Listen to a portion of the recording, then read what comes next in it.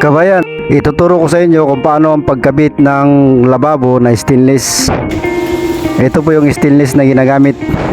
Bali, screw na maglalak doon sa ilalim.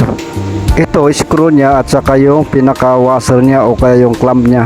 Ayan yung maghihigpit at iipitin niya yung nasa loob. Diyan sa iipit.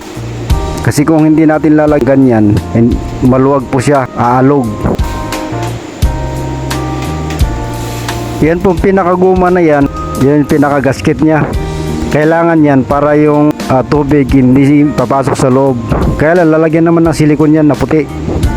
Bali itong pamamaraan na ito, depende po kung konkreto o ganito yung diskarte niya.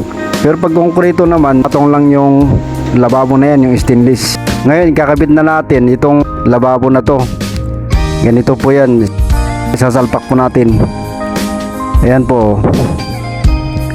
Dahan-dahan po yung pagkabit dyan kasi yung sa ilalim may plywood at saka doon yung nakalak yung ano na yun, yung sabi ko kanina na screw.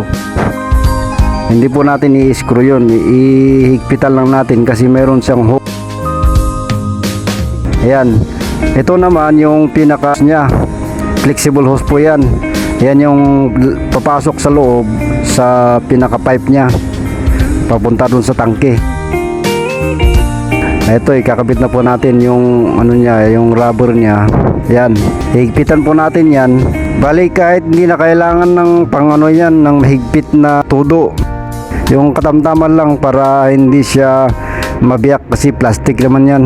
At saka may rubber sa loob o pinakagasket niya. Siya nga pala kabayan, yung pinaka P-trap po nawala na yon. Pero ito na rin yon. Tingnan mo yung hose na pababa, nasa taas siya. Bali dumi na yung maiiwan dyan. Ito naman, yung tubig papasok dyan sa loob, sa may pinaka pipe nya. Yung dalawa namang hose na yan, yun yung mainit at saka malamig. Ito po yung sinasabi ko kanina na pinakalak nya. Ito, ihigpitan mo lang yan, iipitin niya ngayon yan. Yung granite at saka yung plywood na nakahawak dyan sa lababo. Ayan po, ayan po lahat, puro higpitan lang yan. Ito yung pula sa mainit na tubig po yan. Ito naman sa malamig na tubig. Ngayon dito sa taas yan, pag bubuksan natin to, depende kung dito sa kanan yung mainit, doon naman sa kaliwa ay malamig. Ayan, pag ganyan na lang po yan, pipihit lang po natin yan. Ayan po kabayan, sana may natutunan kayo para makatipid kahit kayo nang gagawa pa sa lababo nyo. Paki-like at share na rin po. Maraming salamat kabayan.